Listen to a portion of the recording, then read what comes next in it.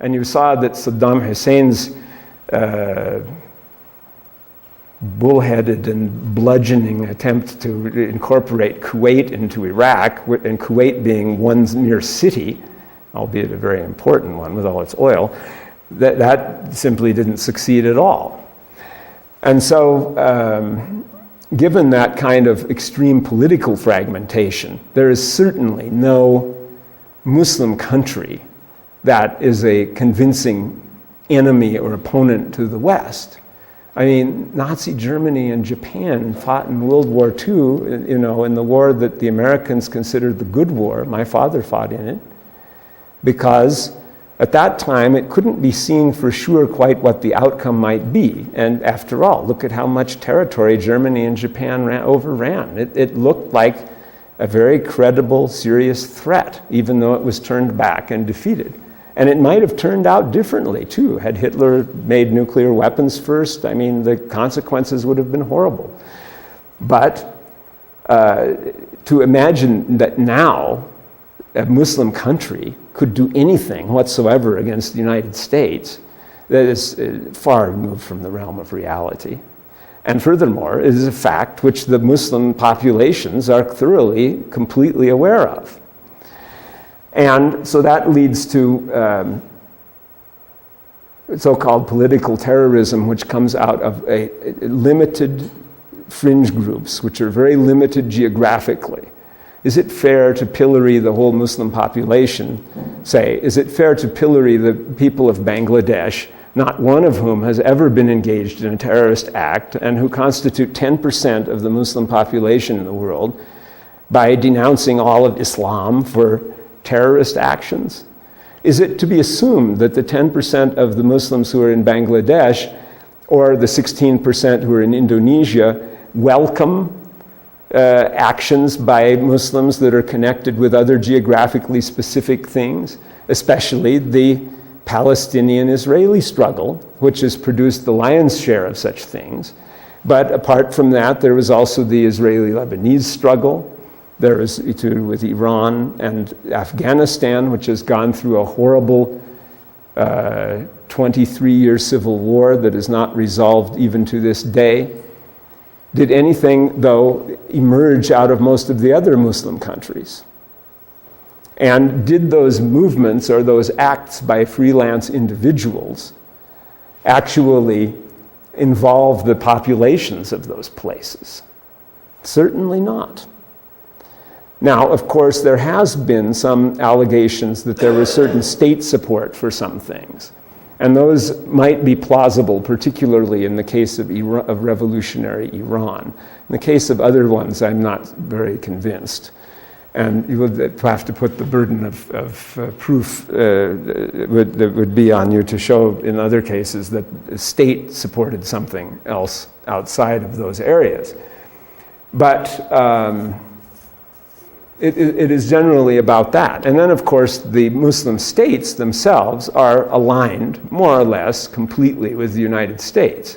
And those that are not aligned, because the United States has taken umbrage at some of their past behavior, such as Libya, Syria, Iran, Iraq, Yemen, and the Sudan, mostly would like to be aligned or would prefer to be aligned with the United States. Hence the attempts of Iran to have some rapprochement with the United States, albeit not just on any terms. There are negotiations that are going on there. Similarly with Libya, there are negotiations going on now. Similarly with Syria, there are negotiations going on. Because on the whole, all of these states would prefer to be integrated into the world system and not stand apart from it. And the governments of the states generally prefer that too. Of course, there is the problem that the governments of these states lack legitimacy. And that is a very serious problem indeed, the political one, which I won't delve into further unless you ask me some leading questions about it. But it is a difficult problem because Islam does not easily confer legitimacy on a state. A state can only achieve a kind of ad hoc legitimacy. It cannot have any ultimate legitimacy. So ultimate legitimacy comes from God and went from God to the Prophet, from the prophet to the righteous caliphs, but after that it was cut off. So there was not any further political legitimacy. And even if someone claimed, well, the caliphate continued flourishing for some centuries thereafter, well, not now. No caliphate, it's gone. So there isn't that. And the possibility of restoring it probably doesn't exist because any attempt at restoration would not gain the assent of either most of the Muslims or even a large minority of the Muslims, in fact, any more than a tiny fringe group. Yeah. So if there can't be any political legitimacy, what's your best case scenario for a 21st century Muslim civilization? Is it democracy? And I mean, how would you see it? I mean, we keep saying there doesn't exist an Islamic state, but yeah, exactly. Where would you want to go with that? It actually becomes rather open because the state's legitimacy is only ad hoc. There has to be a state because there has to be a state to hold things back. So a state must exist, but it doesn't derive any religious legitimacy. It's only legitimate to the extent which it upholds justice. So separation of church and state, so to speak? I mean, that would be your picture of I would maintain that there has always been an effective separation of church and state in Islam. Because the fact is, the caliphs early on arrogated to themselves church and state, but that didn't stick and it didn't work. And the caliph's own religious authority was emptied of its religiosity and spirituality and spiritual value by the very exercise of political authority. I understand that, and that point's been made many times, and I happen to agree with it, but what do you see? I mean, do you see functioning democracies with viable economies that coexist in regional coalitions, or what do you see that's going to actually work, that would satisfy the Muslim community? Well, I think what would satisfy the Muslim community would be that there be a freedom for the Muslims to organize themselves according to Islamic law in their own communities. And that would satisfy the Muslim community, I would say. If the Muslims can organize themselves under their law, which is the center of their religion in their own communities, that would be satisfactory.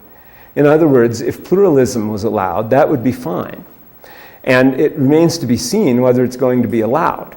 Now, as Jim was saying, the United States hasn't been imposing its law, nor if we change that to a consortium of Western countries, like the Big Seven or whatever, haven't been imposing their law on the Muslim countries directly. That is, a Muslim country has theoretically the choice to choose between whether to apply the Islamic law or not. And as a result, the Muslim personal status law is still applied in the majority of the Muslim countries in some form or other, often not in the classical Orthodox form, but in some form it exists.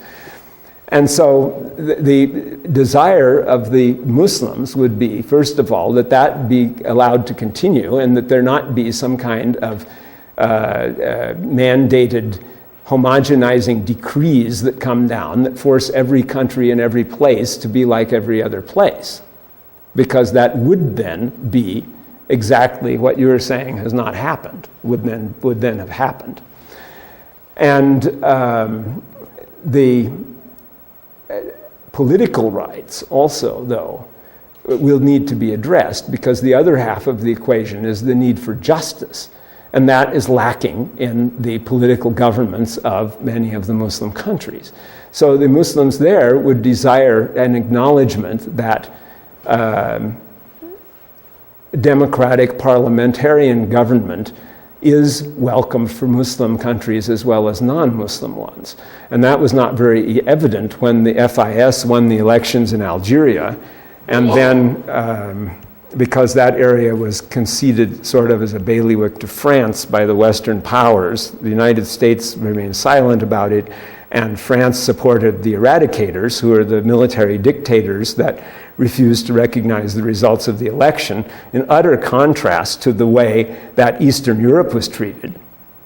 And part of the motivation for that could be that if the Muslim countries were democratic, they would be less amenable rather than more amenable to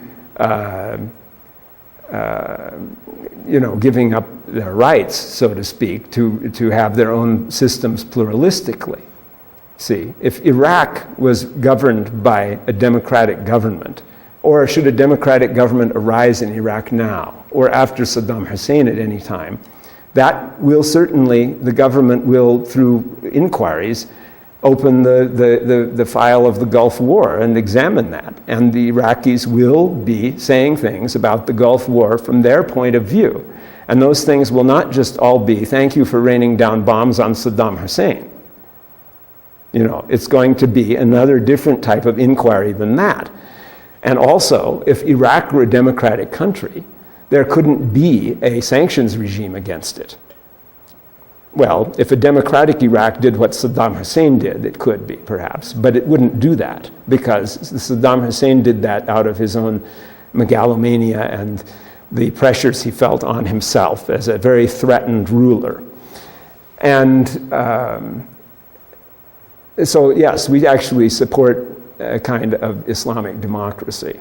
We support Muslim political participation, Islamic democracy, which would mean a parliamentary regime that is not identified with the religion and is somewhat separated from it. But it wouldn't necessarily be a carbon copy of a European parliamentary model either, because you would have to work out in the Islamic law exactly what the relationships would be between the rulers and the ruled, and in particular what the nature of judicial authority would be.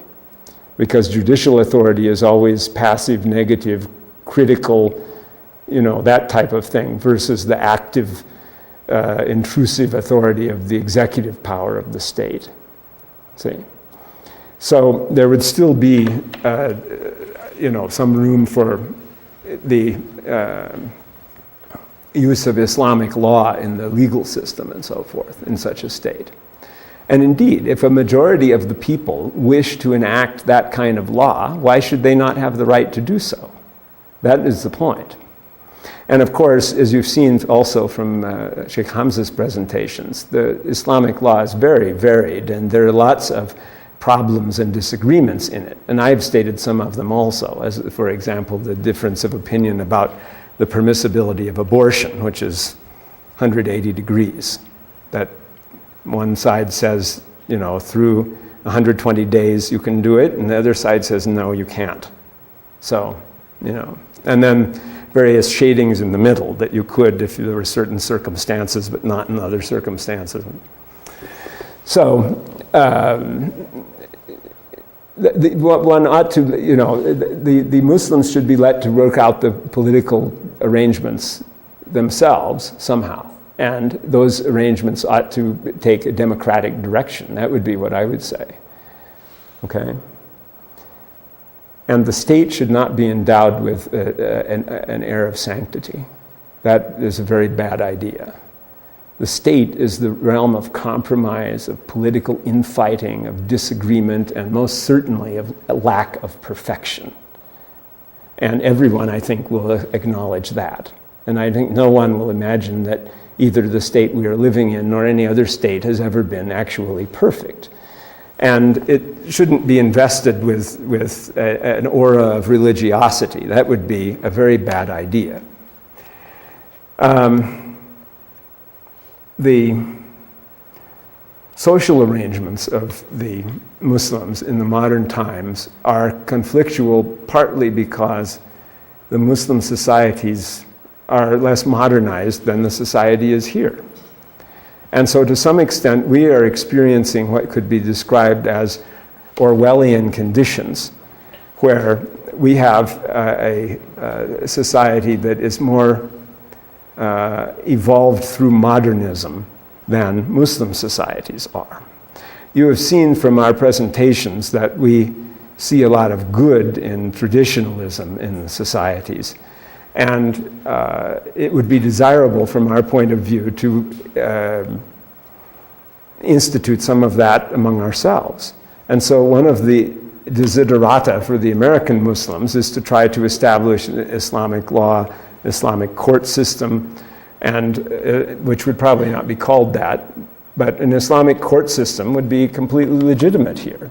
The ultra-Orthodox Jews have their own courts, and they are acknowledged by the Universal Arbitration Act of the United States Congress, which is that if two parties in a case sign off to have an arbitrator arbitrate, that decision is binding on them. If they sign a binding arbitration, that becomes binding, and the American court will enforce the decision of the arbitrator. In fact, in the state of Pennsylvania, the arbitrator can subpoena witnesses and evidence. That's not the case in every state, because it varies on a state-by-state basis. And that would be also something desirable. And it comes from the idea of a kind of political and social pluralism, then, that would be implied by that.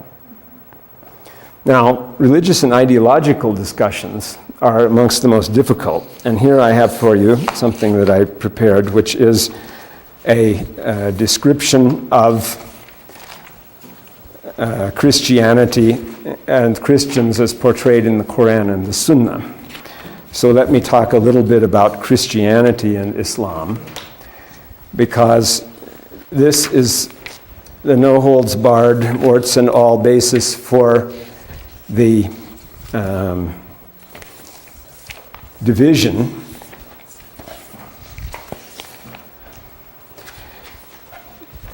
or any kind of argument that might exist as a kind of dialogue.